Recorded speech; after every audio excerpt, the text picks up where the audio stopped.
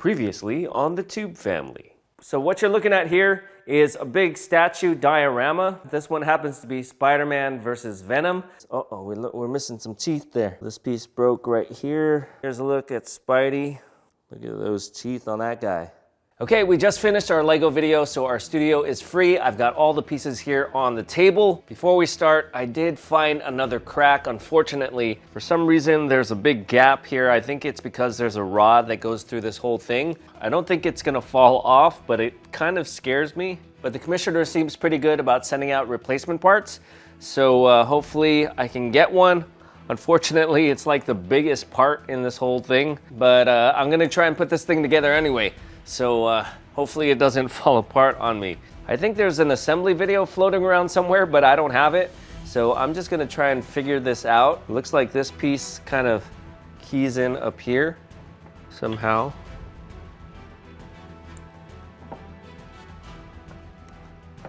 All right, just like that. There's like two big keys on one side. It seems pretty solid. So I think the next thing we need to do is build this little cage here in the middle before we start adding symbiote pieces around it. So we have these two little levels. One, I think, goes up here. The other one keys in over here. But we have all these little structural pieces that go in somewhere. You have to kind of find the piece that fits into the slots.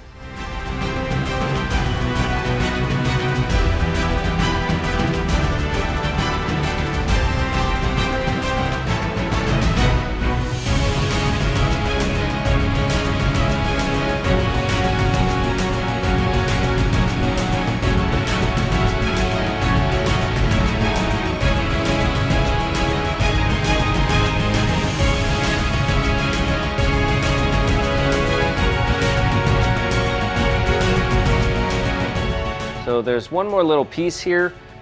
There's not really a space to put it that I can see. So I'm just gonna leave it out and watch the video later, and hopefully, if it's important, we can fit it in somewhere. Let's go ahead and stick Spidey in here. As you can see, his foot's already on the base. We just need to insert his leg into this little hole here, and this part goes into his armpit. There's also a little key on his forearm. Trying to get everything in at the same time can be a bit tricky. I believe this piece right here also connects to him. He has a key here on his leg. That goes... All right, so that fits in pretty good. So right now he's connected right here at his ankle, right here on his thigh, here on his armpit, and then here on his arm. There's like a little keyhole right there on his arm, right in this tricep. I'm not sure if that's how it goes, but right now this thing doesn't have anything to connect to. So there's a big keyhole right here. I think we connect this key, and let's try that out. And this big piece of symbiote kind of just locks everything together. It's like this part just goes up into Spidey's back and tricep. Some additional support to Spidey's back. So now he's connected at another point. Let's give him his head. We got the McFarlane head on there. We've got all these other symbiote pieces. Let's go ahead and stick this one on. I think it goes down here.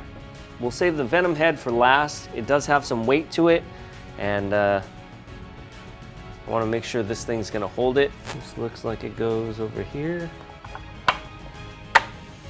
Like that piece keys down here, and this piece attaches on top of that,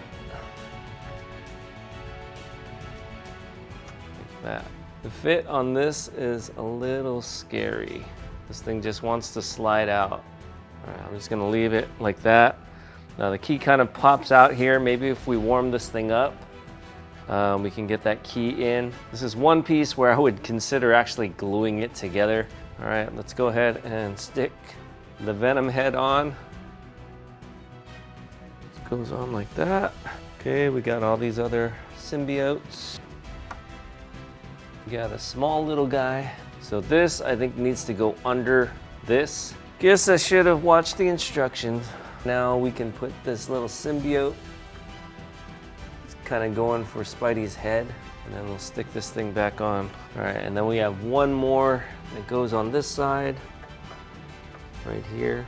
That one's pretty strong. All right, so we still have one more piece. I think I see where it goes. There's a little slot over here. All right, and looks like it goes right there. Whew. Okay, and here it is, Spidey versus Venom.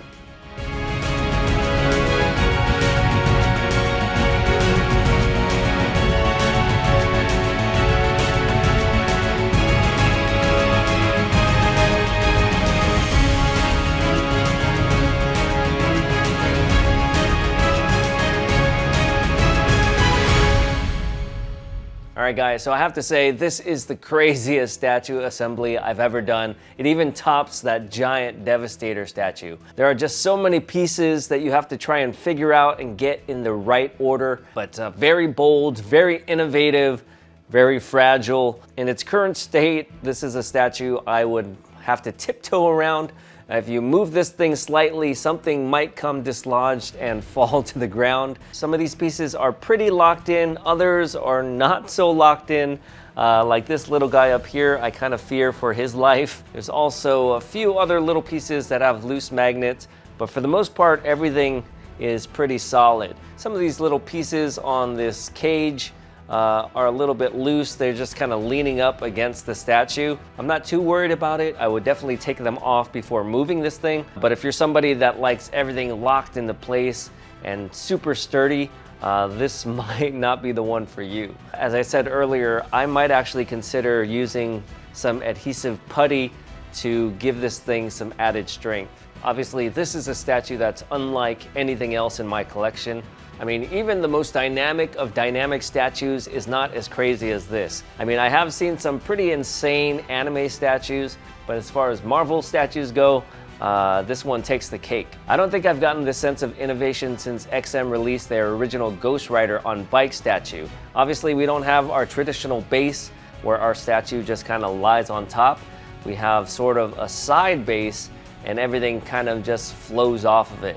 We have this angled metal containment structure here in the middle of our scene. It says caution, area under construction. We have kind of the yellow caution tape letting us know that this is a very dangerous thing.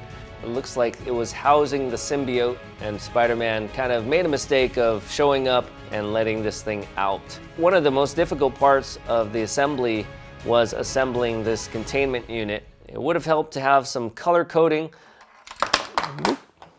Some of these pieces just kind of rely on friction, but once everything's in place, I'm not really worried too much about things falling out.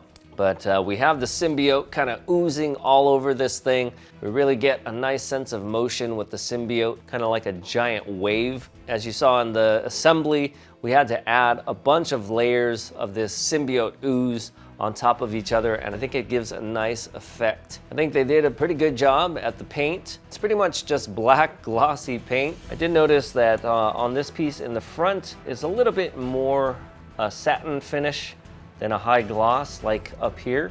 So I'm not really sure why that's the case, but the Venom head as well as all the little symbiotes look very good. The enamel on the teeth are nice and glossy. You can see a lot of detail there in the muscles. All the little symbiotes have black interiors of their mouth. They do have sort of a lump where the tongue would be, but everything is very plain, and that is to not take away too much attention from our stars of the show, Spider-Man and Venom. He's got a very big tongue.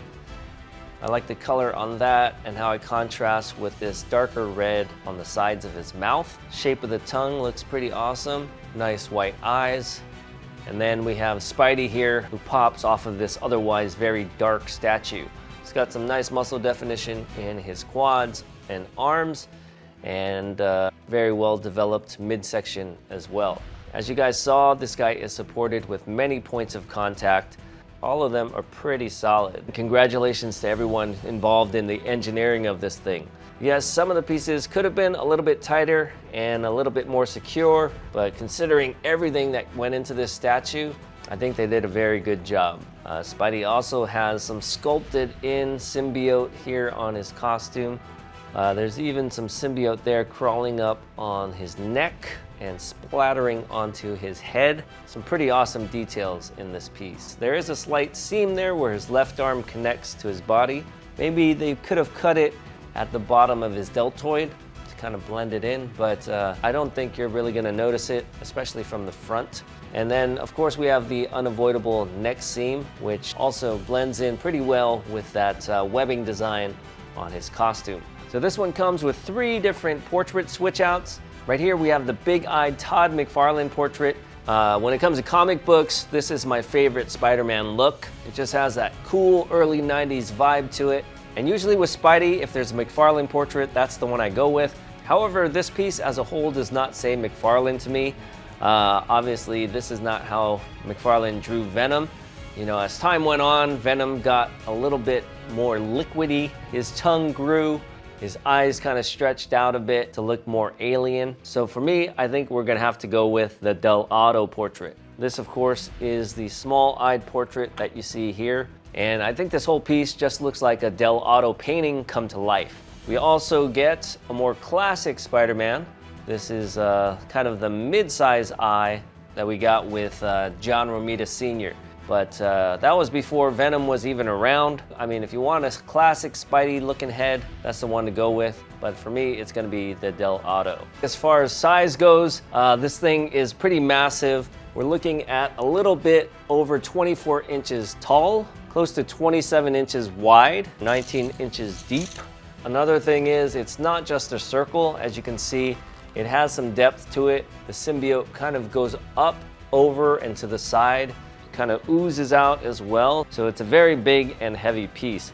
As far as scale goes, I don't think it's a quarter scale. I think it's more in line with the 1/5 scale. I don't know if it was originally presented as being quarter scale. I wasn't there when this thing went up for PO, but the Venom head is definitely larger than quarter scale. But having a slightly smaller Spider-Man kind of makes this thing look a lot bigger than it is and kind of gives you a grander feeling. So it might not fit perfectly with other quarter scale statues, but it would definitely look good as a standalone or fit in nicely with the 1/5 scales. All right guys, so that was my custom Spider-Man versus Venom statue. Probably the most challenging assembly that I've ever done, but in the end, all worth it. As always, let me know what you guys think in the comments down below. Thanks for watching, and we'll see you guys next time.